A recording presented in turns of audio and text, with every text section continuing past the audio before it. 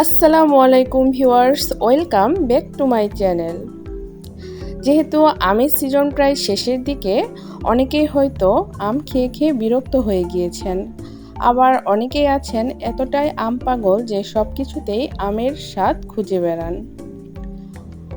তাই আমি আজ আম দিয়ে ভিন্ন স্বাদের একটা রেসিপি নিয়ে এসেছি, যার নাম হচ্ছে ফ্রাইড ম্যাঙ্গো কেক বলস। চলুন দেখে নেওয়া যাক কিভাবে আমি মজার খাবারটা তৈরি করেছি। আমি এখানে একটা ডিম ভেঙে নিলাম। এরপর আমি হাফ কাপ চিনি দিয়ে দিলাম। এবার চিনি আর ডিম আমি ভালো করে মিক্স করে নেব, যেন চিনির মধ্যে কোনো দানা না থাকে।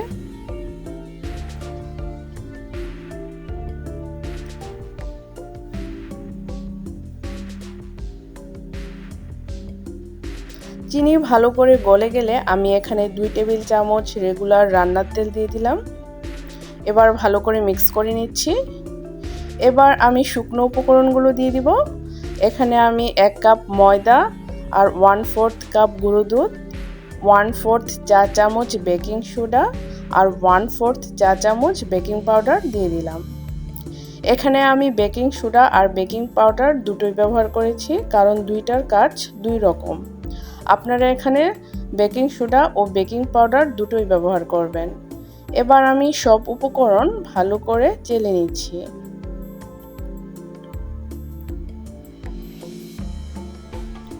এবার সব উপকরণ ভালো করে মিক্স করে নিচ্ছি।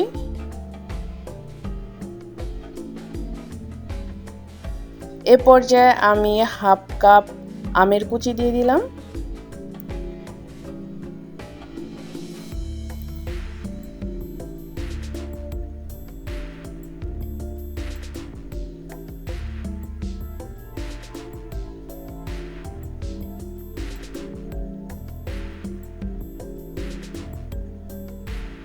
এবার আমি এটা তেলে ভেজে নিব।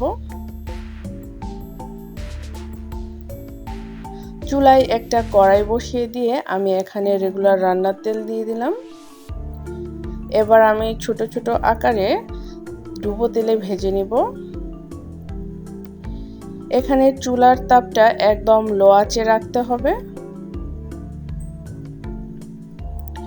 একটু সময় নিয়ে ধৈর্য ধরে ফ্রাইড কেক বলসগুলো ভেজে নিতে হবে। বেশি তাপে ভাজলে উপরেরটা পোড়া লেগে যায় আর ভিতরে কাঁচা থেকে যায়। তাই আপনারা একটু সময় নিয়ে ধৈর্য ধরে লো আঁচে ভালো করে ভেজে নেবেন।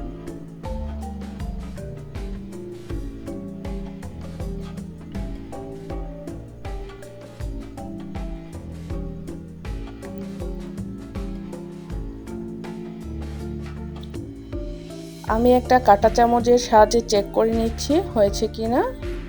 যেহেতু আমার কাঁটা চামচ একদম পরিষ্কার বের হয়ে গিয়েছে, সেহেতু আমার কেক বলসগুলো হয়ে গিয়েছে। আমি এটা নামিয়ে রাখবো।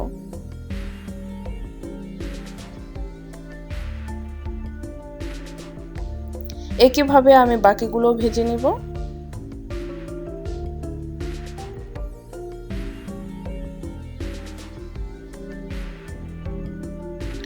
তৈরি হয়ে গেল আমার দারুণ মজাদার ফ্রাইড ম্যাঙ্গো কেক বলস।